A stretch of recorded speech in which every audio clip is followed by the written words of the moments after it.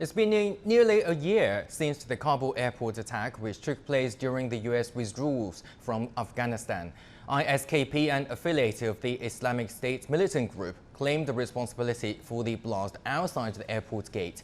The explosion killed 13 U.S. service members and more than 150 Afghans seeking to flee the country.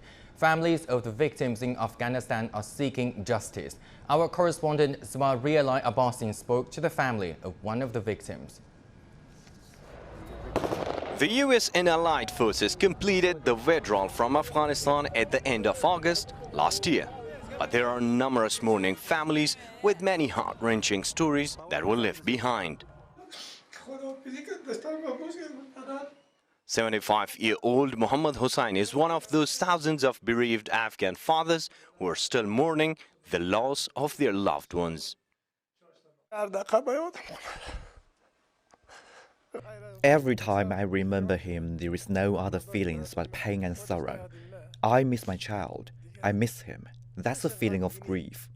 Muhammad Hussain said his son Saeed had been living abroad and returned home after 12 years of separation from his parents and family. Saeed's wife, a Turkish citizen, along with his 4-year-old son, returned to Belgium before the Taliban retook control of the country.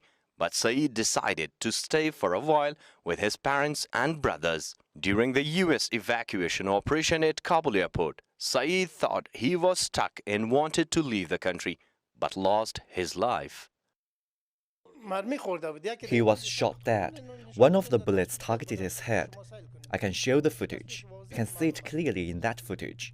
I recorded it when he was transferred to the hospital. We tried to talk to Saeed's mother, but she was not able to speak.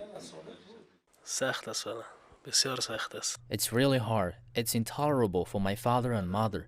My mother has been suffering from heart problems. It's been really hard for the entire family. This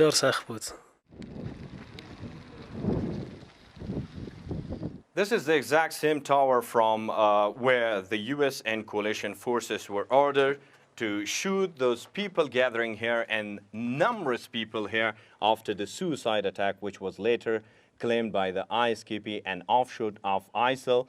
And then the shooters started, and all through this canal, which is a couple of kilometers long, there were crowds and people. The injured were shouting for help, and Saeed was under 2 dead bodies right here. And when his father reached, with much more difficulties, there were warnings from this tower to not get closer to the area, but they were able to bring him to the hospital. But that was the moment when Saeed was already dead.